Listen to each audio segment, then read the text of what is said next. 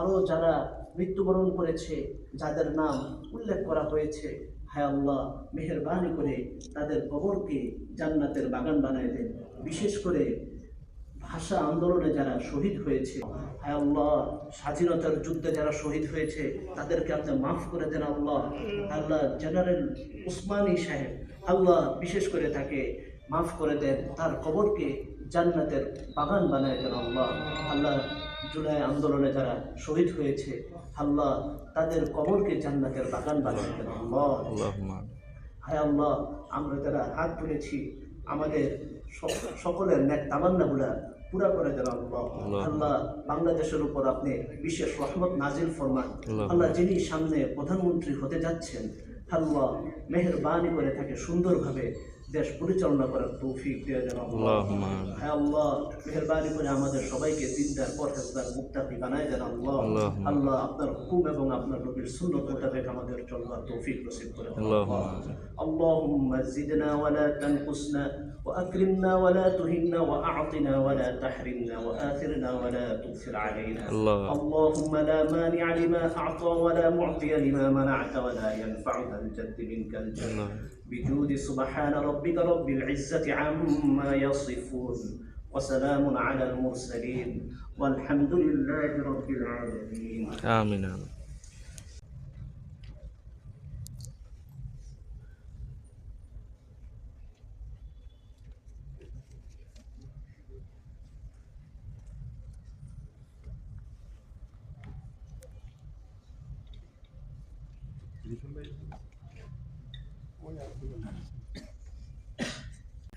Bangabandhu general MAG Mohammad Ataur Gani Usmani সাহেবের 42তম মৃত্যুবার্ষিকীতে মঞ্চে উপবিষ্ট আমার গুরুজন, শ্রদ্ধেয় ব্যক্তিবর্গ, সংসদ সদস্য,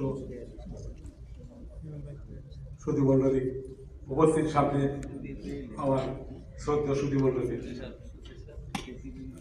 আজকে আমরা শুনবো আমাদের শ্রদ্ধেয় গুরুজন যারা মঞ্চে আছেন জেনারেল উসমানী সাহেব সম্বন্ধে বলবেন। ওনার আদর্শ, ওনার নীতি, ওনার প্রজ্ঞা, ওনার নেতৃত্ব ক্রান্তিকাল ছিল। জাতীয় ক্রান্তিকালে বিশেষ করে 75-এর পরে যে কটা ক্রান্তিকাল ছিল, আমরা জাতীয় মুরব্বী হিসেবে জেনারেল উসমানী সাহেবকে পেয়েছিলাম বলেই বাংলাদেশ আবার ঘুরে দাঁড়িয়েছে, সেনাবাহিনী শৃঙ্খলাবদ্ধ হয়েছে এবং বাংলাদেশ গণতন্ত্রের প্রতি ফিরে এসেছে।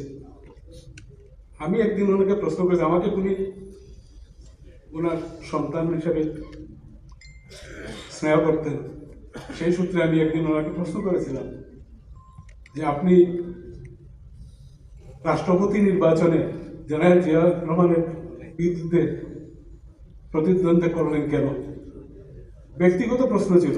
উনি আমাকে উত্তর দিয়ে বলেছিলেন যে আমি 69-এর 69 সনে শেখ মুজিবুর রহমান সাহেব যখন আমাকে আমন্ত্রণ জানালেন তার দলে যোগদান করার জন্য এবং নির্বাচনে প্রতিদ্বন্দ্বিতা করার জন্য 70-এর নির্বাচনে, আমি সাদরে গ্রহণ করেছিলাম। একটি মাত্র শর্ত দিয়েছিলাম, শর্তটা ছিল গণতন্ত্র। যতদিন আপনি গণতন্ত্রকে শ্রদ্ধা করবেন, যতদিন গণতন্ত্র চালিয়ে যাবেন, আপনার সাথে আমি আছি, আপনাকে সহযোগিতা করব। যখনই আপনি গণতন্ত্রের উপরে হস্তক্ষেপ করবেন, আমি আপনার সাথে থাকবো না। এটা ছিল ওনার শর্ত। উনি অক্ষর অক্ষরে ওনার শর্ত পালন করেছিলেন। 1974 ইংরেজিতে শেখ মুজিবুর রহমান সাহেব যখন বাকশাল গঠন করলেন, সাথে সাথে উনি সংসদ সদস্য, মন্ত্রিত্ব, এমনকি আওয়ামী লীগের সদস্য পদ থেকে পদত্যাগ করলেন এবং একটা কথা বলেছিলেন, I have seen Ayub Khan, I have seen Mulayam Khan, but I don't want like to see Sheikh Mujibur Rahman Khan. এই কথা বলে উনি পদত্যাগ করেছিলেন। তদ্রূপ 79 ইংরেজিতে যখন রাষ্ট্রপতি নির্বাচন করেন, আমার প্রশ্নের জবাবে উনি বলেছিলেন গণতন্ত্রের জন্য জিয়া রহমানের বিরুদ্ধে নয়, গণতন্ত্রের জন্য আমি প্রতিদ্বন্দ্বিতা করছি। কারণ জিয়া রহমানের আকাশচুম্বী জনপ্রিয়তার কাছে বিরোধী দল বা আওয়ামী লীগ কোনো প্রার্থী খুঁজে পাচ্ছিল না, দাঁড় করাতে পারছিল না। সেই সময় ওনাকে প্রস্তাব দেওয়ার সাথে সাথে উনি গণতন্ত্রের খাতিরে উনি রাষ্ট্রপতি নির্বাচন করেছিলেন।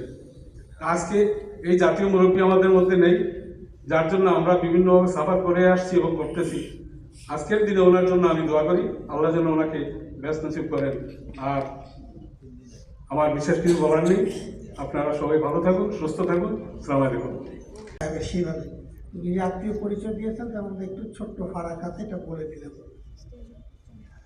বক্তৃতার শুধু দুটো অংশ, একটা হচ্ছে জামিল ওসমানী সাহেবের সাথে কোনো সাক্ষাৎ নেই, ওনাকে খুলনায় বক্তৃতা দিতে দেখেছিলাম রাষ্ট্রপতি নির্বাচনের সময়। এটা হচ্ছে ওনার সাথে আমার একমাত্র সরাসরি সাক্ষাৎ।